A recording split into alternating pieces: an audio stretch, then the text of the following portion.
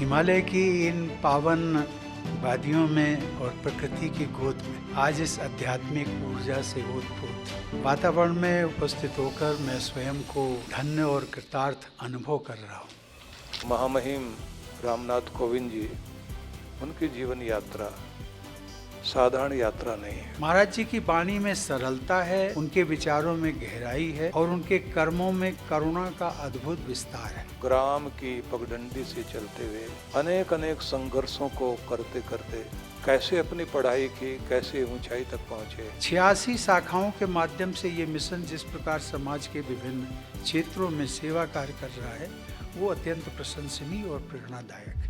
भारत की संस्कृति, भारत के संस्कार, भारत के गौरव, भारत के आदर्शों को ऊपर उठाते हुए जीवन यात्रा को चलाते चलाते उस स्थान पर पहुंचे कि वे भारत के 14वें राष्ट्रपति बने। परम पूज्य सदगुरु श्री सुधांशु जी महाराज, मंचासीन सभी विशिष्ट अतिथिगण, विश्व जागृति मिशन के समर्पित साधकगण और यहाँ उपस्थित सभी श्रद्धालु बहनों एवं भाइयों, I understand some of the foreign delegates are also here. I also welcome them. Himalaya की इन पावन वादियों में और प्रकृति की गोद में आज इस आध्यात्मिक ऊर्जा से ओतप्रोत वातावरण में उपस्थित होकर मैं स्वयं को धन्य और कृतार्थ अनुभव कर रहा हूँ।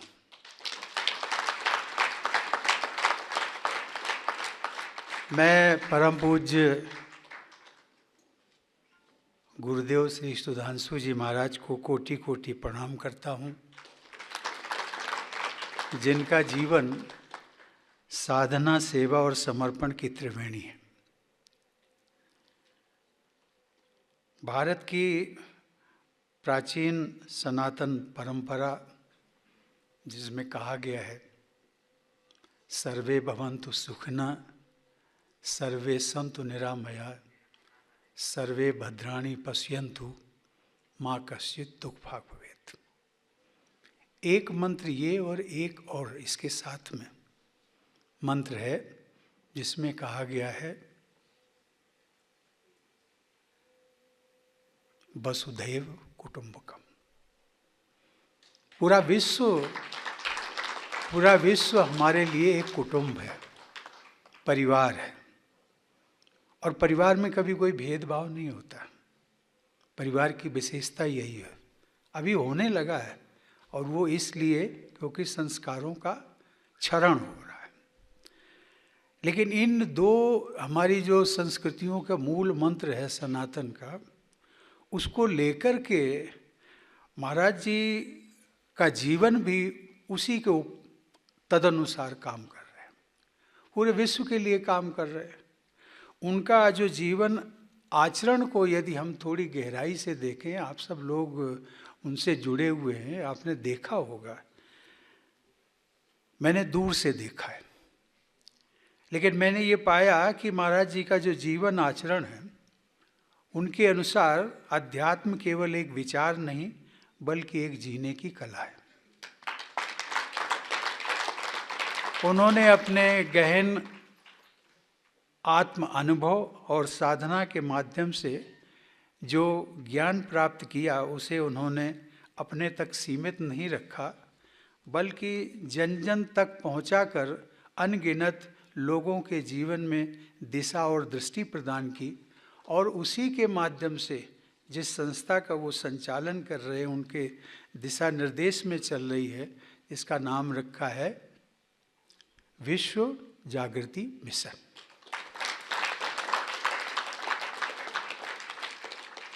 ये जो जागृति का काम है, ये पूरी संस्था कर रही है। जागृति एक शब्द छोटा सा लगता है, लेकिन अंतर्निहित इसकी भावना बहुत बड़ी है। महाराज जी की वाणी में सरलता है, उनके विचारों में गहराई है और उनके कर्मों में करुणा का अद्भुत विस्तार है। उन्होंने करोड़ों लोगों को ये समझाया कि सच्ची सफलता बाहरी उपलब्धियों में नहीं बल्कि आंतरिक शांति और आत्मबोध में होती है। और इसीलिए मुझे बताया गया कि वर्ष 1991 में स्थापित विश्व जागृति मिशन आज एक सशक्त आध्यात्मिक और सामाजिक आंदोलन के रूप में विकसित है। 86 शाखाओं के माध्यम से ये मिशन जिस प्रकार समाज के विभिन्न क्षेत्रों में सेवा कार्य कर रहा है वो अत्यंत प्रशंसनीय और प्रेरणादायक है। ये मिशन केवल उपदेश नहीं देता बल्कि जीवन को बदलने का मार्ग भी दिखाता है। स्वास्थ्य के क्षेत्र में कुछ क्षेत्रों में जिसमें विशेष रूप से काम हो रहा है मैं उनका उल्लेख कर रहा हूँ। स्वास्थ्य के क्षेत्र में प्राकृतिक चिकित्सा और समग्र उपचार के लिए, शिक्षा के माध्यम से संस्कार युक्त और जागरूक पीढ़ी का निर्माण करने के लिए, आदिवासी समाज के उत्थान के लिए निरंतर प्रयास करने के लिए, वृद्धजनों की सेवा में समर्पण और संवेदनशीलता लाने के लिए, गुरुकुल एवं अनाथालयों के माध्यम से बच्चों का उज्जवल भविष्य बनाने के लिए और गौ सेवा के माध्यम से हमारी सांस्कृतिक विरासत का संरक्षण करने के लिए। ये कुछ मोटे मोटे मैंने जो उनके संस्था के उद्देश्य हैं और जिनके लिए वो काम कर रहे हैं उनका मैंने उल्लेख किया। आज हम जिस ऋषि भूमि प्राकृतिक चिकित्सा केंद्र का उद्घाटन जिसका हम सब लोगों ने मिलकर के किया, उसमें हम भी शामिल थे, आप सब लोग भी शामिल थे। वो केवल एक चिकित्सा केंद्र नहीं है बल्कि एक जीवन पुनर्निर्माण केंद्र है। कोई पीड़ित हो शरीर से और वो जब डॉक्टर के पास जाता है तो उसको डॉक्टर में भगवान दिखता है। और ये केवल और केवल जो पीड़ित व्यक्ति है, शरीर से व्यथित है, उससे ही पूछिए आप कि उसकी नज़रों में डॉक्टर क्या होता है। और ये जिसका आज हमने ऋषि भूमि प्राकृतिक चिकित्सा केंद्र, यहाँ तो ये है कि डॉक्टर भी होगा लेकिन प्राकृतिक चिकित्सा, प्राकृतिक वातावरण के अंदर रह कर के जितना हम प्रकृति के माध्यम से यदि हम अपने रोगों का उपचार कर सके तो वो बहुत सराहनीय है। और उसी का ये केंद्र बना है। ये केंद्र शरीर, मन और आत्मा तीनों के संतुलन का पावन स्थल है। आज मुझे पूज्य महाराज जी के सानिध्य में ध्यान सत्र महाराज जी अभी होना है या कि आज फिर हम कभी करेंगे? अच्छा, ठीक है। उसका भी हम सबको लाभ मिलेगा। महाराज जी, मैं अपनी बात को बहुत आगे नहीं बढ़ाऊंगा, लेकिन मैं सही मायने में मेरा हृदय कह रहा था कि मैं इस आश्रम में आऊं और आपके आश्रम की गतिविधियों को देखूं और आपका मैं अभिनंदन करूं। उसका मुझे आज सौभाग्य मिला, इसलिए मुझे उसकी संतुष्टि है। आपकी टीम में आपकी पुत्री भी शामिल है, डॉक्टर अर्चिका। उसके लिए मेरी बहुत बहुत शुभकामनाएं। यद्यपि शारीरिक रचना के अनुसार वो महाराज श्री की बेटी है और कहने को समाज के लिए एक महिला है, लेकिन कार्य की दृष्टि से यदि हम अवलोकन करें तो वो न केवल बेटी है बल्कि कार्य जो कर रही है वो बेटे के अनुसार कर रही है।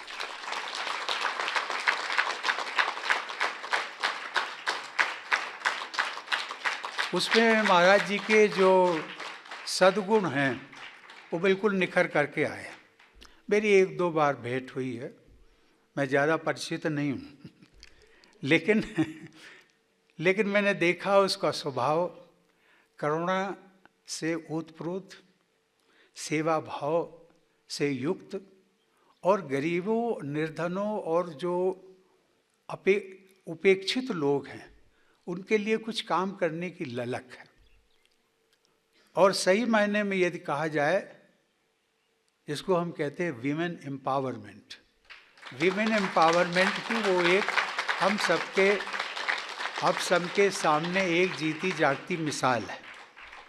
मैं चाहता हूँ कि आप सब लोग परिवार वाले हैं, अपनी बेटियों को भी उसी के अनुरूप, उसी का जो आचरण है अर्चिका का, उसके अनुसार उसको एक रोल मॉडल के बतौर पेश करके और अपनी बेटियों को भी उससे मुलाकात कराएं, उसके अनुसार, उसके आचरण के अनुसार चलने की नसीहत भी दें।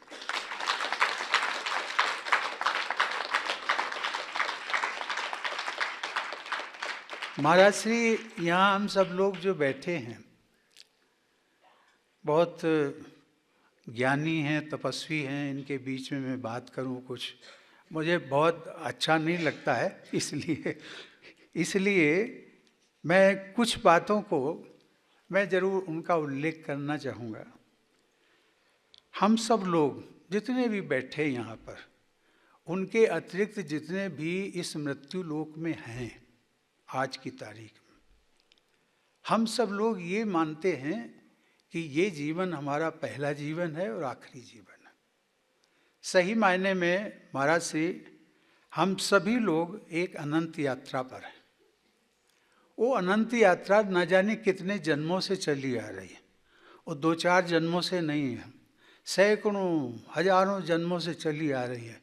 लेकिन बार बार हम पैदा होते हैं, बार बार मरते हैं, फिर पैदा होते हैं और फिर यहीं पर रहते हैं। इस अनंत यात्रा में जब हम ये समझ लेते हैं कि यही जीवन है हमारे लिए, तो होता क्या है कि एक ही जीवन में हम सब कुछ हासिल करना चाहते हैं। एक ही जीवन में शॉर्टकट, पद हो, प्रतिष्ठा हो, धन हो, दौलत हो, शिक्षा हो, विद्वता हो, हर कुछ हम चाहते हैं कि भाई इसी जीवन में हमें मिल जाए, और उसके लिए कुछ भी हम करना पड़े, हमें कुछ भी करना पड़े, और वो हम करते हैं या करने की भावना रखते हैं। और इसीलिए यहाँ पर संस्कारों का जो नैतिक मूल्य है जीवन के, वहाँ पर टकराव होता है। और उस टकराव में हम इतने लिप्त हो जाते हैं कि मानसिक रूप से इतना हम पर दबाव हो जाता है कि आज हम सब लोग, कुछ को छोड़ दीजिए, महाराज जी जैसे हैं पहुँचे हुए व्यक्ति हैं, जिनको मैं मानता हूँ कि दे आर एलिवेटेड सोल्स, ऐसे इस दुनिया में कुछ लोग हैं। उनके अतिरिक्त जिनको भी आप देखेंगे सब अपने को दुखी पाते हैं। आप सब लोग भी यहाँ बैठे होंगे, दुखी डिग्री का फर्क हो सकता है, कोई कम दुखी होगा, कोई ज़्यादा दुखी होगा। अभी किसी को, जिसके बेटा बेटी हैं, वो अपने बेटे बेटों से दुखी है, कई लोग अपनी पत्नी से दुखी हैं, कई पत्नी जो है अपने पतियों से दुखी हैं, कई लोग अपने स्टाफ से दुखी हैं, और कई लोग पड़ोसी से दुखी हैं। मतलब हर किसी को यदि आप अपने में ढाल करके देखिएगा तो थोड़ा सा आंतरिक जरा झांक करके देख लीजिए अंदर कि भाई हम में कुछ तनाव है क्या, और तनाव किस लिए? दुखी है। अभी ये बच्चे बैठे हैं, सन्यासी हैं, अब इनको किस प्रकार की चिंताएं हैं? चिंताएं इस प्रकार की हैं कि तुलना ये करते हैं, और तुलना हम सभी करते हैं जीवन में। हम भी, सबसे बड़ी जो दिक्कत है, मानसिक तनाव का कारण है, वो तुलना है। अभी आप लोगों में से बहुत सारी बहनें यहाँ सोच रही होंगी, वो सोचती होंगी कि जो इनकी बेटी अर्चिका है, उससे तो मुझे अच्छा ज्ञान है, उससे ज़्यादा मुझे अच्छा ज्ञान है, तो ये मैं क्या अर्चिका बन सकती हूँ? अब ये बनने की जो बात है तुलनात्मक, देखिए तुलनात्मक मैं केवल कर रहा हूँ। अभी कई लोग जो हैं वो साधु संत हैं, बहुत सारे लोग संस्थाएं चलाते हैं, वो लोग सोचते रहते हैं कि सुधांशु जी महाराज जैसे वो हैं, क्या ऐसा हम भी बन सकते? ये जो बनने की और कुछ पाने की, ये तुलनात्मक रूप से जब हम इस संसार में आगे बढ़ते हैं तो सबसे बड़ा मानसिक तनाव, और उस मानसिक तनाव को यदि कोई कम कर सकता है तो वो आपका संस्कार। नैतिक मूल्य। आज जिसको महाराज जी हम कहते हैं कि हमारी जो शैक्षिक संस्थाएं हैं, कोई भी शैक्षिक संस्थाएं हों, नर्सरी से लेकर के यूनिवर्सिटी तक, सरकारी हों या प्राइवेट हो, उन सब में हमें ज्ञान मिलता है, शिक्षा मिलती है, लेकिन संस्कार नहीं मिल पाते। और संस्कार जब नहीं मिलते हैं तो उसके उदाहरण समाज में क्या क्या उदाहरण आते हैं। हम व्यक्ति को व्यक्ति नहीं मानते, इंसान को इंसान के रूप में नहीं देखते, उसको हम दूसरे रूप में देखते हैं। कोई हमें मिलेगा तो इंसान को हम मान करके चलेंगे कि ये हिमाचल प्रदेश का है वो इंसान है भारतीय। कभी हम मान करके चलेंगे कि नहीं नहीं ये व्यक्ति है, ठीक है, एक अधिकारी है, लेकिन वो अधिकारी अपनी जगह हो सकता, लेकिन उससे मैं अच्छा हूँ। ये जो तुलनात्मक भाव और ये सब चीज़ें जो चल रही हैं, ये हमारी इच्छाओं पर, जिसको मैंने कहा कि इसी जीवन में हम सब कुछ जो पाना चाहते हैं, और कोई भी इच्छाओं का अंत कभी नहीं होता, कभी भी अंत नहीं होता। कोई भी व्यक्ति ऐसा नहीं है कि जिसको इस मृत्यु लोक में सब कुछ मिल गया, सब कुछ मिल गया हो, उसकी इच्छाएं सभी पूरी हो गई। यदि इस बात को हम समझ लें तो शायद हम अपनी इच्छाओं पर कंट्रोल कर सकते हैं। एक नियंत्रण की बात आती है। मैं बैठा था तो शंकराचार्य जी का मैं एक वाक्य लिखा हुआ था, मेरे सामने अभी भी है, जिसमें लिखा है कि जिस व्यक्ति की नियंत्रण वाली शक्ति जबरदस्त होती है, वो पूरी दुनिया को अपने नियंत्रण में रख सकता है। और नियंत्रण किस पर रखना है? नियंत्रण अपनी इच्छाओं पर रखना है, अपने चित्त या मन पर रखना है। उस पर यदि आपने नियंत्रण रख लिया, अन्यथा आपकी चिंताएं, आपकी इच्छाएं कभी पूरी नहीं होंगी और आप तनाव भरे जीवन से आप चलते रहोगे। और वो तनाव भरे जीवन के लिए एक और सुगम उपाय है प्रकृति। प्रकृति के सानिध्य में आप जितना नज़दीक रहेंगे वही अच्छा है। प्रकृति के अनुसार चलेंगे। प्रकृति हमें बहुत कुछ सिखाती है, बहुत कुछ सिखाती है। सबसे पहले अनुशासन सिखाती है। अब प्रकृति का मैं व्याख्या नहीं करना चाहता हूँ कि पृथ्वी है, जल है, वायु है, अग्नि है, इनका मैं नहीं जानना चाहता, लेकिन सब प्रकृति के स्वरूप हैं, जीते जागते स्वरूप। लेकिन मैं इतना जरूर कहना चाहता हूँ, एक सूर्य को हम लें, सूर्य भगवान को। सूर्य भगवान रोज निकलता है, समय पे निकलता है, वो थोड़ा बहुत समय का फर्क पड़ता है। सुबह होती है, दोपहर होती है, धूप ज़्यादा होती है। अभी हम सब लोग महसूस कर रहे थे, तेज़ धूप थी, और धीरे धीरे कम होती जाएगी, सायंकाल ठंडी हो जाएगी। तो दो चीज़ें हमें सीखने को मिल रही वहाँ अनुसार। एक तो वो रोज निकलता है। क्या हम लोग भी प्रातः इसी प्रकार से सूर्य के अनुसार निकलने के पूर्व हमें बताया गया है। सनातन परंपरा में यही कहा गया है कि आप सूर्योदय के पहले आप उठ जाइए, जागृत। और जागृत होने का मतलब ये है क्योंकि जितनी भी विश्व की ऊर्जा है उसका जो सबसे बड़ा सोर्स है वो सूर्य है। Sun is the main source of energy, और उसको हम नहीं फॉलो करते। अब एक इसके साथ और भी बात कही जाती है कि पूरा विश्व, पूरा ग्लोब या पूरी ये जो धरती है वो परिवर्तनशील। परिवर्तनशील कैसे? सूर्य निकलता है बड़ा धीमा धीमा, सुबह लालिमा बहुत अच्छी लगती है, धीरे धीरे तपस बढ़ती है उसकी। इसी तरीके से हमारा जीवन में हम पैदा होते हैं, धीरे धीरे आगे बढ़ते हैं, युवा अवस्था आती है, उसके बाद में फिर एक अवस्था और आती है, फिर वृद्धावस्था आती है। और सूरज का भी देखिए, वो दोपहर के बाद सब सायंकाल होती है, उसको हम क्यों नहीं उसकी तुलना करते कि वह वृद्धावस्था सूरज की भी तो आती है। उसकी वृद्धावस्था आती है और वो डूब जाता फिर उसका जीवन उदय होता है। हम इसी तरीके से अपने जीवन को ये मान लें कि भाई सूरज की तरह हमारा जीवन भी चलता है, तो फिर क्यों सूरज क्या कहता है कि नहीं भाई आज दिन में जो है वो हमें आज ही के दिन जो है वो अपनी पूरी तपस्या निकालनी है, आज ही के दिन हमारी सभी इच्छाओं को पूरा होना है। मत मानिए। और जितना इंसान ये करता रहेगा उतना ही वो दुखी रहेगा। एक प्रकृति की मैं बात और करना चाहता हूँ। प्रकृति, महाराज जी, मैं थोड़ा सा विषय को जरा अपने हिसाब से उसका प्रकृति को हमने देखा, केवल मेरे कहने या महाराज जी के प्रवचनों पर मत जाइए, प्रकृति को देखिए आप। त्रेता युग, प्रभु राम थे। प्रभु राम जो थे, जब तक वनवास नहीं गए तब तक वो राजकुमार राम थे, यही है ना। और जब वनवास गए, वनवास में उन्होंने जो जितने भी कठिनाइयाँ थी उनको सहा, जीवन क्या होता है उसको उन्होंने देखा, व्यवहारिक रूप देखा। व्यवहारिक रूप में उन्होंने समाज के सभी वर्गों को साथ लिया। उनको लगने लगा कि शायद समाज के सभी वर्गों को यदि हम साथ में नहीं लेंगे तो शायद रावण पर युद्ध हम जीत नहीं पाएंगे। और भील हो, कोल हो, किरात हो, जो भी उनको मैं जानना नहीं चाहता, लेकिन सबको साथ में लिया। लेकिन अंत में जब युद्ध जीत करके आते हैं तो वही जो प्रभु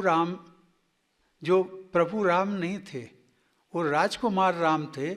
लेकिन वनवास के अर्थात प्रकृति के सानिध्य में जब 14 वर्ष तक रहे तो वो जब लौट करके आते हैं तो वही राम जो है वो भगवान राम बन जाते हैं।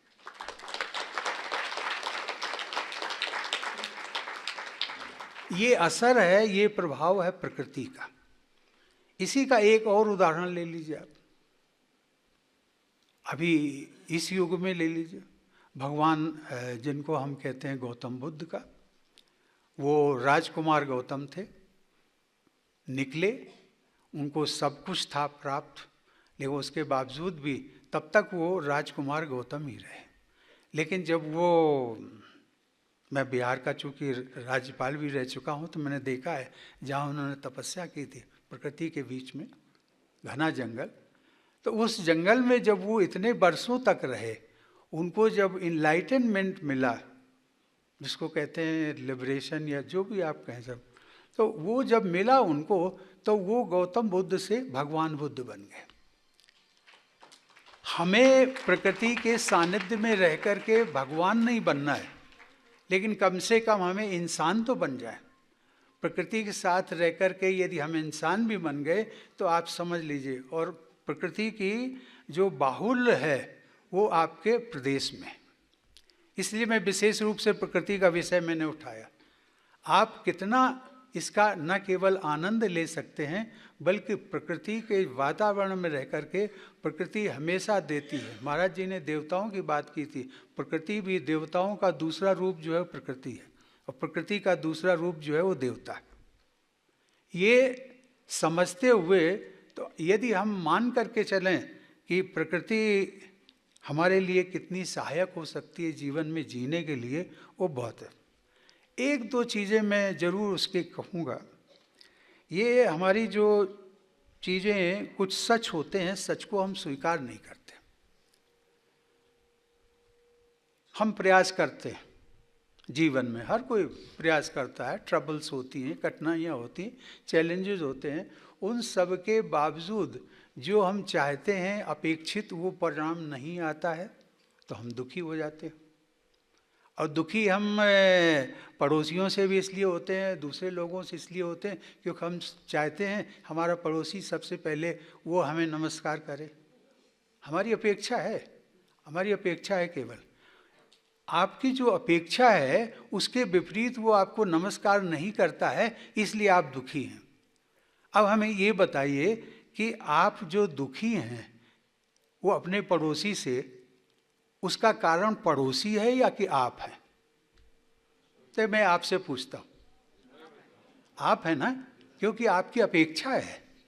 यदि आपकी अपेक्षा ना हो तो आप उसको नमस्ते करिए, क्या फ़र्क पड़ता। और देखिए उसका भी प्रत्युत्तर देखिए, वो भी नमस्ते करेगा। लेकिन नहीं, आपकी अपेक्षा है। यही अपेक्षा का मतलब आपकी इच्छा जिसका अंत नहीं होता, उसकी मैंने बात की। और क्यों नहीं हम करते, उसका भी कारण है, क्योंकि हम अहंकार के बोझ से दले हुए हैं।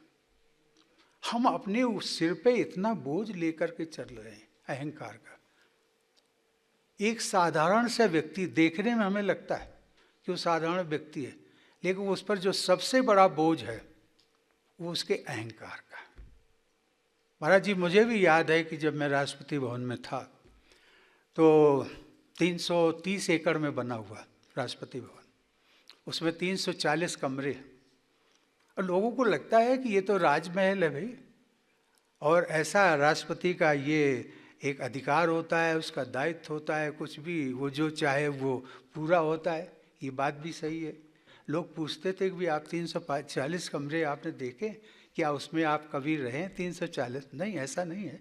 लेकिन ये जब ये तो मैंने महाराज जी, कई लोग जो हमारे शुभ चिंतक थे वो आते थे मिलने के लिए, तो वो 1-2 साल तक तो यही पूछते रहे कि भाई आपको राष्ट्रपति भवन कैसा लगता है, क्योंकि मैं तो एक गांव से निकल करके आया था।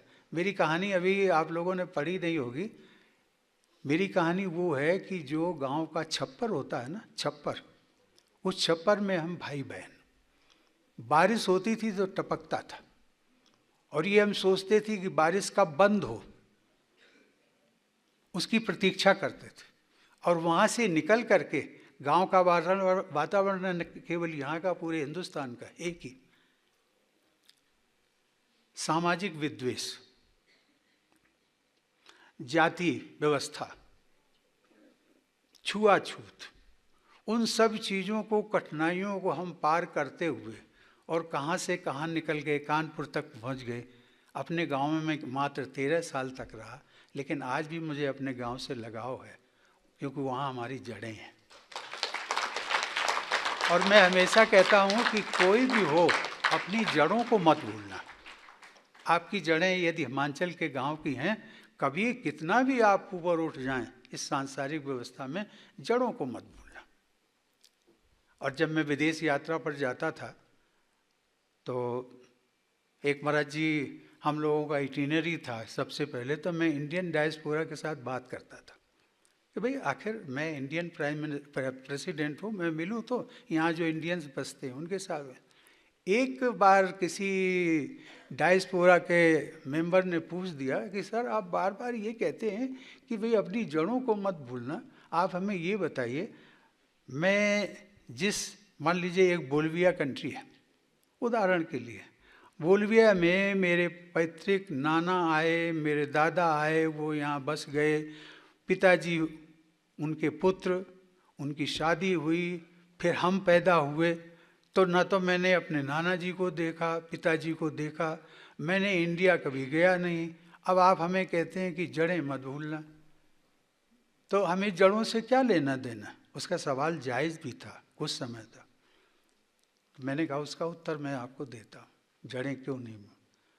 मैंने कहा कभी, जैसे आजकल हमारा अमेरिका के प्रेसिडेंट है ना, ट्रम्प, उनका हुक्म चलता है और वो जो भी करना चाहें कर सकते।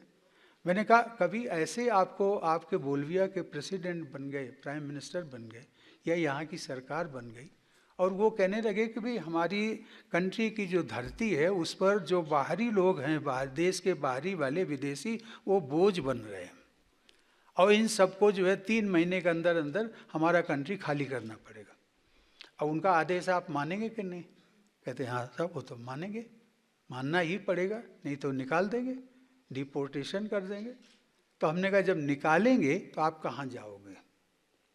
तब आपको एक ही बात नजर आएगी कि मेरे पिताजी कहा करते थे कि आपके जो मूल बासिंदे हैं, आपकी जो जड़ें हैं, वो इंडिया में हैं। और मैंने कहा जब आप इंडिया में जाओगे ना, आपको कुछ नहीं पता हो, केवल यही पता है कि आंध्र प्रदेश का एक ऐसा सुदूर गांव है जिसमें कि विजयनगरम के पास में कहीं है, विशाखापट्टनम के पास कोई गांव है। हमारे पिताजी कहते थे आप उस गांव में ढूंढते ढूंढते चले आओगे और गांव वाले जो हैं आपको वेलकम करेंगे। आपके पास कुछ नहीं है, घर नहीं है, मकान नहीं, लेकिन फिर भी वो वेलकम करेंगे, आपको ज़मीन देंगे, खेती बाड़ी के लिए भी सब कुछ देंगे। तो मैंने कहा ये जड़ों को कभी मत भूलना। केवल यही चीज़ नहीं है, बल्कि इसके साथ और भी चीज़ें जुड़ी हैं। ये जो हम लेके चलते हैं, ये जो अहंकार की मैंने बात की थी, ये सबसे बड़ा बोझ है, सबसे बड़ा बोझ। तो महाराज जी मैं कहता था राष्ट्रपति भवन में कि जब मैं आया था वो तारीख मुझे याद है, और जिस दिन मैं जाऊंगा वो तारीख मुझे याद है। हमेशा मैं अपनी तारीख याद रखता था।